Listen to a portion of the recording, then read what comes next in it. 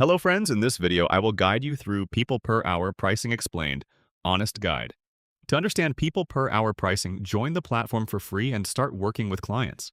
The main cost for freelancers is the service fee structure, which is a sliding scale. When working with a new client, People Per Hour takes a higher percentage from your earnings, typically around 20% for the first £250.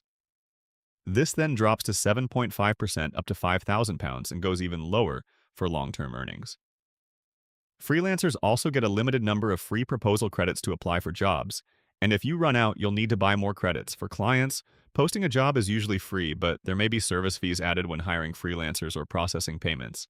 People Per Hour uses an escrow payment system where clients deposit money before work begins, and there are optional costs like promoting your offers or boosting visibility.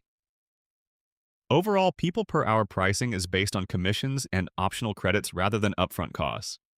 Your real cost depends on how much you earn, how often you apply for jobs, and how actively you use the platform. Thank you for watching Quick Tweak.